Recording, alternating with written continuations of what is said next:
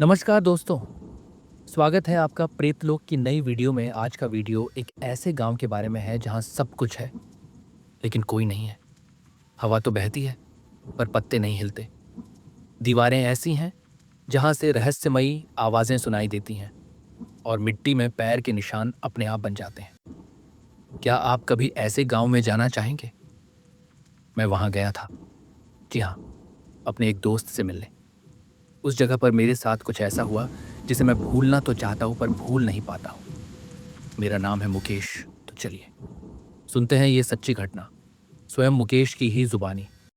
चलो भाई, देखो अब मैं क्या करता हूँ। मुझे आज भी वो दिन याद है जब मैं पहली बार उस गांव गया था, देवपुर। नाम सुनने में बड़ा साधारण लगता है ना, लेकिन वहां कुछ भी साधारण नहीं था।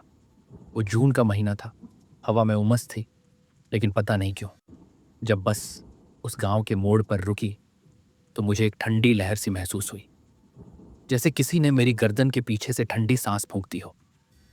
मैंने अपने बैग को कंधे पर टांगा और उतर गया। बस वाला बोला, साहब, यहाँ कोई चढ़ता नहीं उतरा है, आप पहले हैं कई सालों में? मैंने मुस्कुरा कर कहा, अरे श्रीमान, मेरा दोस्त रहता है यहाँ, मनोज, उसने ही बुलाया है। वो ड्राइवर मेरी आंखों में देखकर बोला, यहाँ कोई नहीं रहता, और बिना एक शब्द और बोले बस आगे बढ़ा दी। धूल का गुबार उड़ा और मैं सड़क पर अकेला खड़ा रह गया। सड़क के दोनों तरफ ऊंचे पीपल के पेड़ थे। पत्ते हवा से नहीं, अपने आप हिल रहे थे। थोड़ा आगे बढ़ा तो देखा एक टूटा हुआ बोर्ड पड़ा था। देवपुर ग्राम पंचायत लिखा था, और उस पर किसी ने काले कोयले से एक हाथ का निशान बना दिया था।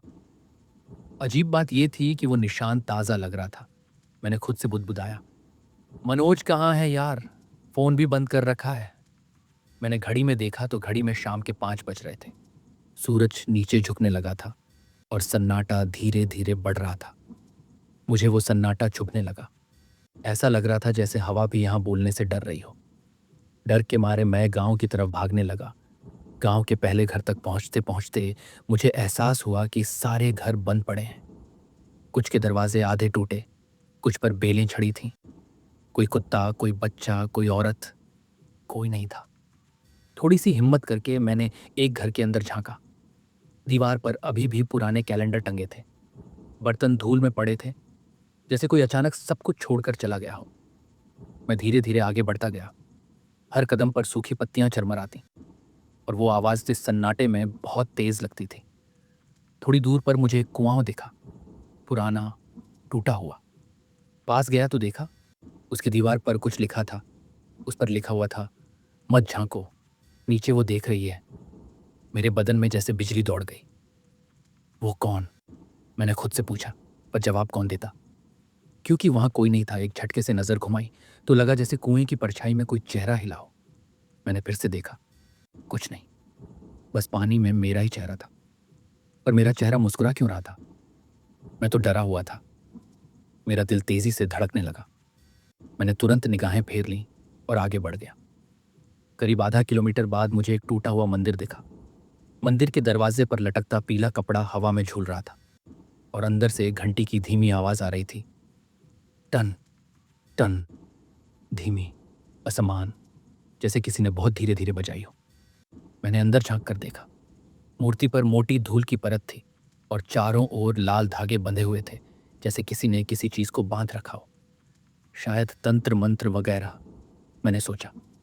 लेकिन तभी पीछे से एक ठंडी हवा का झोंका आया, इतना ठंडा कि मेरे हाथ कांप गए। मैंने मुड़कर देखा, वहां कोई नहीं था, बस वो पीला कपड़ा अब नीचे गिरा पड़ा था। कौन है वहां? मैंने जोर से आवाज लगाई, लेकिन जवाब में सिर्फ अपनी ही आवाज की गूंज वापस आई, वहां, वहां। मुझे लगा कोई मजाक कर रहा है, शायद कोई आदमी झाड़ियों में छिपा हो। मैंने आगे बढ़ाकर देखा तो वहां कुछ नहीं था। फिर अचानक मेरे बगल में किसी के कदमों की आवाज आई, धीरे धीरे, थक थक थक, जैसे कोई नंगे पैर मिट्टी पर चल रहा हो।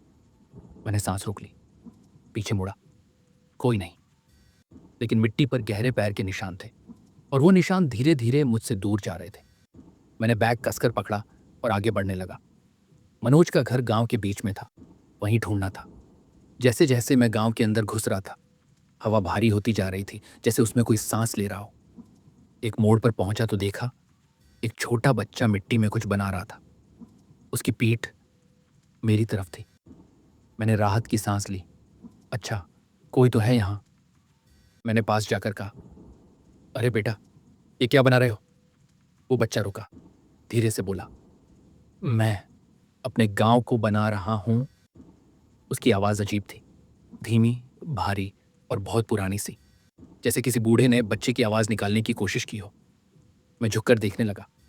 वो मिट्टी में छोटे छोटे घर बना रहा था, पर सबसे अजीब बात मुझे यह लगी कि वह हर घर के सामने एक छोटा सा गड्ढा भी खन रहा था। मैंने पूछा, ये गड्ढे क्यों? वो बोला, क्योंकि अब सब यहीं सोते हैं। अब मेरी थोड़ी थोड़ी फटने लगी थी। मैं ठिठक गया। क्या मतलब? क्या मतलब है तुम्हारा? वो बच्चा हंसा, धीरे से, बिना होंठ हिलाए, और फिर हवा में गायब हो गया। ये देख मेरे तो होश ही उड़ गए। मेरे दिल की धड़कन तेज हो गई। मैं पीछे हट गया। ठंडी पसीने की बूंदें माथे पर थीं। मेरे सामने मिट्टी में वो छोटा गांव अब पूरा बन चुका था। हर घर के सामने छोटे छोटे गड्ढे, और उन गड्ढों में काली मिट्टी से बने हाथों के निशान। मैंने बस इतना कहा, मनोज, कहाँ फंसा दिया यार तूने मुझे। दूर कहीं से घंटी फिर बजी, टन टन, और हवा में फिर वही ठंडी सांस महसूस हुई। बार बार ठंडी हवा का चलना और मेरे साथ ये सब होना। अब मुझे समझ में आने लगा था कि मैं बहुत गलत जगह पर फंस गया हूं। मैंने बिना एक पल गंवाए बस स्टैंड की तरफ भागना शुरू किया। काफी देर भागने के बाद जब मैं थक कर रुका तो जो मैंने देखा, मेरे होश ही उड़ गए। जिस जगह से मैं भाग रहा था वो जगह फिर से मेरे सामने थी। ये कैसे हो सकता था? क्योंकि बस स्टैंड तो उस दिशा के बिल्कुल उल्टा था। मैंने खुद को समझाया, नहीं, ये मेरा वहम है, और फिर से भागना शुरू किया। लेकिन कुछ मिनटों बाद मैंने खुद को फिर उसी जगह पर खड़ा पाया। अब मेरी धड़कन तेज हो चुकी थी, सांसें भारी और पैर कांपने लगे। मेरा पूरा शरीर कोयले की तरह जलने लगा। इससे पहले कि मैं कुछ समझ पाता, मेरी आंखों के सामने अंधेरा छाने लगा। कानों में छोटे बच्चों की अजीब चिल्लाने जैसी आवाजें गूंजने लगीं, और फिर मैं जमीन पर गिर पड़ा। मेरे शरीर की सारी ताकत जैसे किसी ने चूस ली हो। अब मैं अपना शरीर भी महसूस नहीं कर पा रहा था। उस दिन मुझे लगा शायद ये सब मेरा वहम है, लेकिन वो तो बस शुरुआत थी। असली डर तो अभी बाकी था। उस खामोश गांव में कोई अब भी जिंदा था, या शायद सब अब भी वहीं थे। तो दोस्तों, ये थी उस खामोश गांव की पहली कहानी, जहां जिंदगी है पर जिंदा कोई नहीं। क्या आपने भी कभी महसूस की है ऐसी अदृश्य परछाइयां अपने आसपास? अगर हाँ, तो बताइए कमेंट में, और अगर नहीं तो अगला हिस्सा जरूर देखिए, क्योंकि पिक्चर अभी पार्ट 2 बाकी में है खुलेंगे वो मेरे राज दोस्त। जो इस गांव की मिट्टी, हवाओं और दीवारों में छिपे हैं। तब तक के लिए वीडियो को लाइक करें, चैनल को सब्सक्राइब करें, और घंटी दबाना न भूलें, क्योंकि अगली रात प्रेतलोक फिर से लौटेगा, एक नई दहशत के साथ।